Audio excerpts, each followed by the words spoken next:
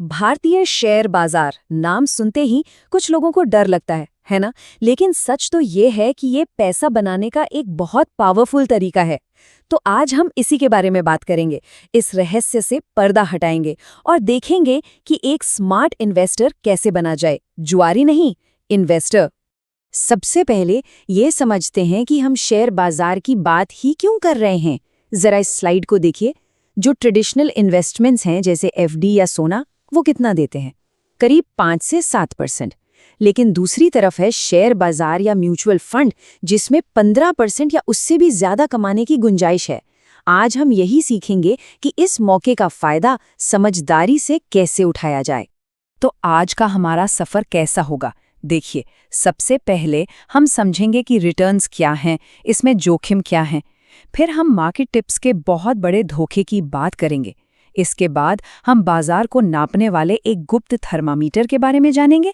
PE ratio को पढ़ना सीखेंगे और देखेंगे कि इतिहास हमें क्या सिखाता है। और आखिर में इन सबको मिलाकर हम ये समझेंगे कि निवेश कैसे करना है, जुआ नहीं खेलना है। तो चलिए शुरू करते हैं पहले हिस्से से, रिटर्न्स, जोखिम और वो आम जाल, और ये कि क्यों ज्यादातर नए निवेशक पैसा गमा बैठते हैं। तो असल में गड़बड़ कहाँ है? देखिए, दिक्कत बाजार में नहीं बल्कि हमारे रवैये में है। पूरी जानकारी ना होना, बस भीड़ चाल में चलना, जल्दी से जल्दी पैसा बनाने की चाहत, और हाँ, पुराने घोटालों का डर। ये सब मिलकर एक ऐसा कॉकटेल बना देते हैं कि लोग डर जाते हैं। और यही वजह है कि जहां अमेरिका में 50% लोग मार्केट में पैसा लगाते हैं, वहीं भारत में ये आंकड़ा सिर्फ 4% है। अब आते हैं दूसरे हिस्से पर, मार्केट टिप्स का मिथक, और वो एक सबसे बड़ी गलती जो लगभग हर नया निवेशक करता है। देखिए, शेयर बाजार को एक सब्जी मंडी की तरह सोचिए। सारा खेल डिमांड और सप्लाई का है। लेकिन इस मंडी में ज्यादातर लोग एक ही बड़ी गलती कर बैठते हैं। और वो गलती है क्या? वो है टिप्स के पीछे भागना।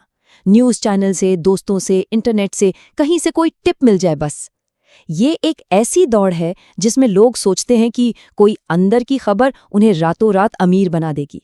लेकिन सच तो कुछ और ही है। जैसा कि एक बहुत मशहूर कहावत है, टिप रेस्टोरेंट में मिलती है, शेयर बाजार में नहीं। टिप्स के पीछे भागना ये जुआ है, इन्वेस्टमेंट बिल्कुल नहीं। तो अब आते हैं तीसरे हिस्से पर, बाजार का वो गुप्त थर्मोमीटर। बाजार को असल में कैसे नापे? तो सवाल ये है कि अगर टिप्स काम नहीं करती तो फिर क्या करता है? जवाब बहुत सीधा है, रोज की खबरों के पीछे मत भागो, बाजार के बड़े ट्रेंड को पकड़ो। और वो ट्रेंड हमें कौन दिखाता है? वो है निफ्टी 50। इसे आप पूरे बाजार का बैरोमीटर समझ लीजिए। इसमें भारत की 50 सबसे बड़ी कंपनियां होती हैं। जब निफ्टी ऊपर जाता है तो इसका सीधा मतलब है कि देश की बड़ी कंपनियां अच्छा काम कर रही हैं। एक नए निवेशक के लिए बस इसी पर नजर रखना काफी है। अब निफ्टी को समझने के लिए हमें उसके थर्मामीटर को समझना होगा, और इस थर्मामीटर का नाम है प्राइस टू अर्निंग्स रेशियो या पीई रेशियो। बिल्कुल सीधे शब्दों में कहें तो ये बताता है कि बाजार से 1 रुपया कमाने के लिए आपको कितने रुपए लगाने पड़ेंगे। बस यही एक चीज है जो आपको बताएगी कि बाजार इस वक्त सस्ता है या महंगा। तो ठीक है, अब आते हैं चौथे हिस्से पर, पीई रेशियो को पढ़ना, यानी ये जानना कि कब खरीदना है और कब रुक कर इंतजार करना है। तो सबसे जरूरी बात यह है, इतिहास बताता है कि निफ्टी का पीई रेशियो आमतौर पर 10 से 30 के बीच घूमता है।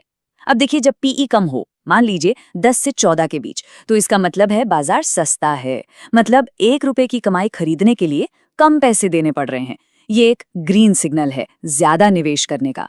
और इसके बिल्कुल उलट, जब पीई 25 से 30 के पास हो तो बाजार महंगा हो चुका है। अब 1 रुपए की कमाई खरीदने के लिए ज्यादा पैसे लग रहे हैं। ये एक रेड सिग्नल है, कम निवेश करने या फिर सही मौके का इंतजार करने का।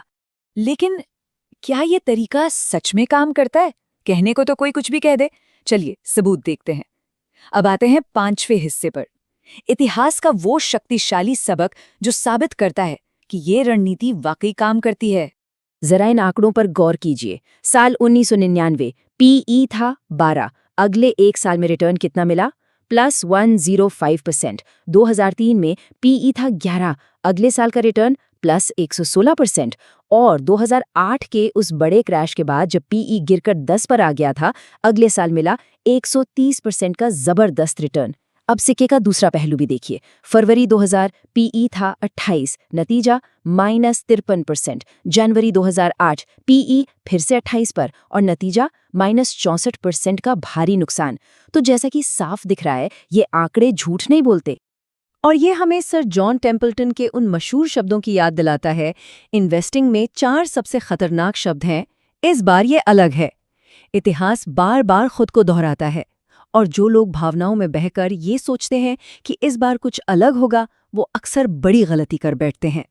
चलिए, अब आते हैं हमारे छठे और आखिरी हिस्से पर। निवेश करें, जुआ न खेलें। यानी लंबे समय तक संपत्ति बनाने का आखिरी सिद्धांत। वॉरेन बफे के गुरु बेंजामिन ग्राहम, जिन्हें वैल्यू इन्वेस्टिंग का पितामह भी कहा जाता है, उन्होंने इस पूरी बात को बहुत खूबसूरती से समझाया है। उन्होंने कहा, चाहे हम जुराबों की बात कर रहे हों या स्टॉक्स की, मुझे अच्छी क्वालिटी का माल तब खरीदना पसंद है जब उस पर डिस्काउंट चल रहा हो, और कम पीई पर खरीदना बाजार की सबसे बड़ी सेल में शॉपिंग करने जैसा ही तो है। तो इन सभी आंकड़ों को देखने के बाद अब सवाल ये है कि एक समझदार निवेशक को किस पर नजर रखनी चाहिए, रोज की खबरों और टिप्स पर, या फिर बाजार के इस सीधे साधे ट्रेंड पर? मुझे लगता है जवाब अब बिल्कुल साफ है। यही वो ज्ञान है जो आपको भीड़ से अलग करता है और एक जुआरी से एक स्मार्ट निवेशक बनने की राह दिखाता है।